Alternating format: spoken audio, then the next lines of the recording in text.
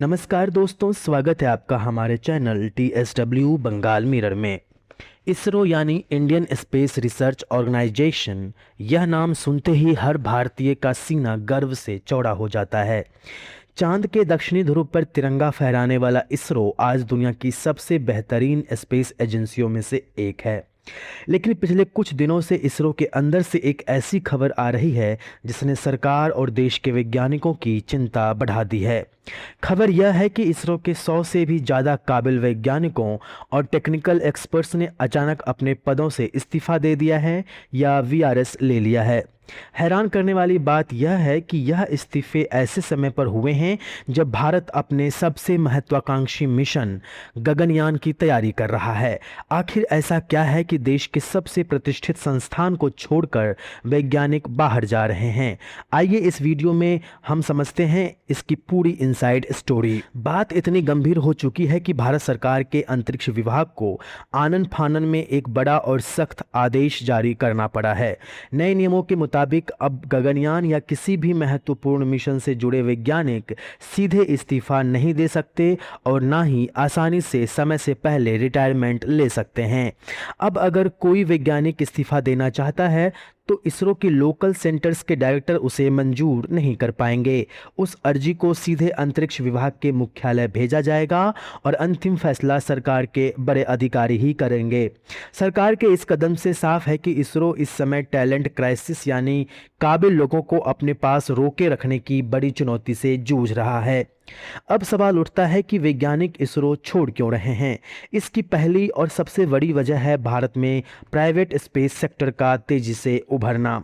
साल 2020 में भारत सरकार ने स्पेस सेक्टर को प्राइवेट कंपनियों के लिए खोल दिया था। इसके बाद स्काई रूट एरोस्पेस और अग्निकुल कॉस्मोस जैसे सैकड़ों नए स्टार्टअप्स भारत में शुरू हुए। ये प्राइवेट कंपनियां इसरो के अनुभवी वैज्ञानिकों को बहुत भारी भरकम सैलरी पैकेज, कंपनी के शेयर्स यानी स्टॉक ऑप्शन और तेजी से प्रमोशन का ऑफर दे रही हैं। इसरो के वैज्ञानिकों की सैलरी सरकारी पे स्केल के हिसाब से होती हैं, जो इन प्राइवेट कंपनियों के मुकाबले काफ़ी कम बैठती है। ऐसे में बेहतर भविष्य और अच्छी कमाई के लिए वैज्ञानिक इन कंपनियों का रुख कर रहे हैं। केवल पैसा ही इकलौती वजह नहीं है, दूसरी बड़ी वजह है काम करने का माहौल और क्रिएटिव फ्रीडम।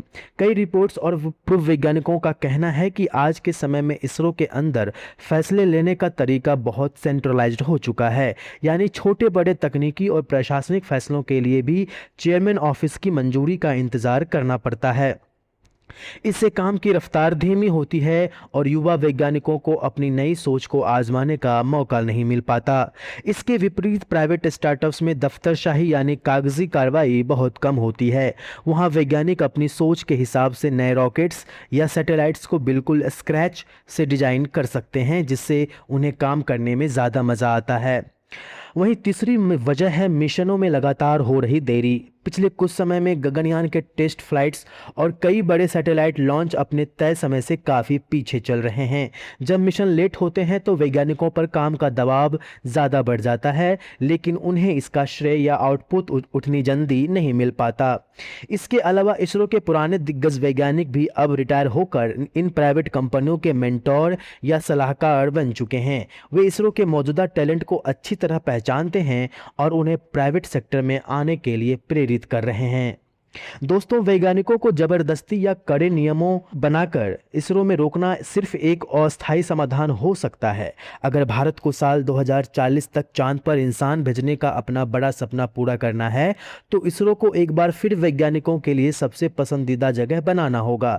इसके लिए सरकार को वैज्ञानिकों की सैलरी बढ़ाने, प्रमोशन की प्रक्रिया को आसान करने और उन्हें काम करने की पूरी आज़ादी देने पर विचार करना चाहिए। इसरो हमारे देश का गौरव है और इसके वैज्ञानिकों को नियम नहीं बल्कि बेहतर माहौल और प्रेरणा चाहिए। इस पूरे मामले पर आपकी क्या राय है? क्या सरकार का इस्तीफा रोकने वाला फैसला सही है या वैज्ञानिकों को बेहतर सुविधाएं मिलनी चाहिए? कमेंट करके ज़रूर बताएं। वीडियो पसंद आया हो तो लाइक और शेयर करें और चैनल को सब्सक्राइब करना ना भूलें। धन्यवाद।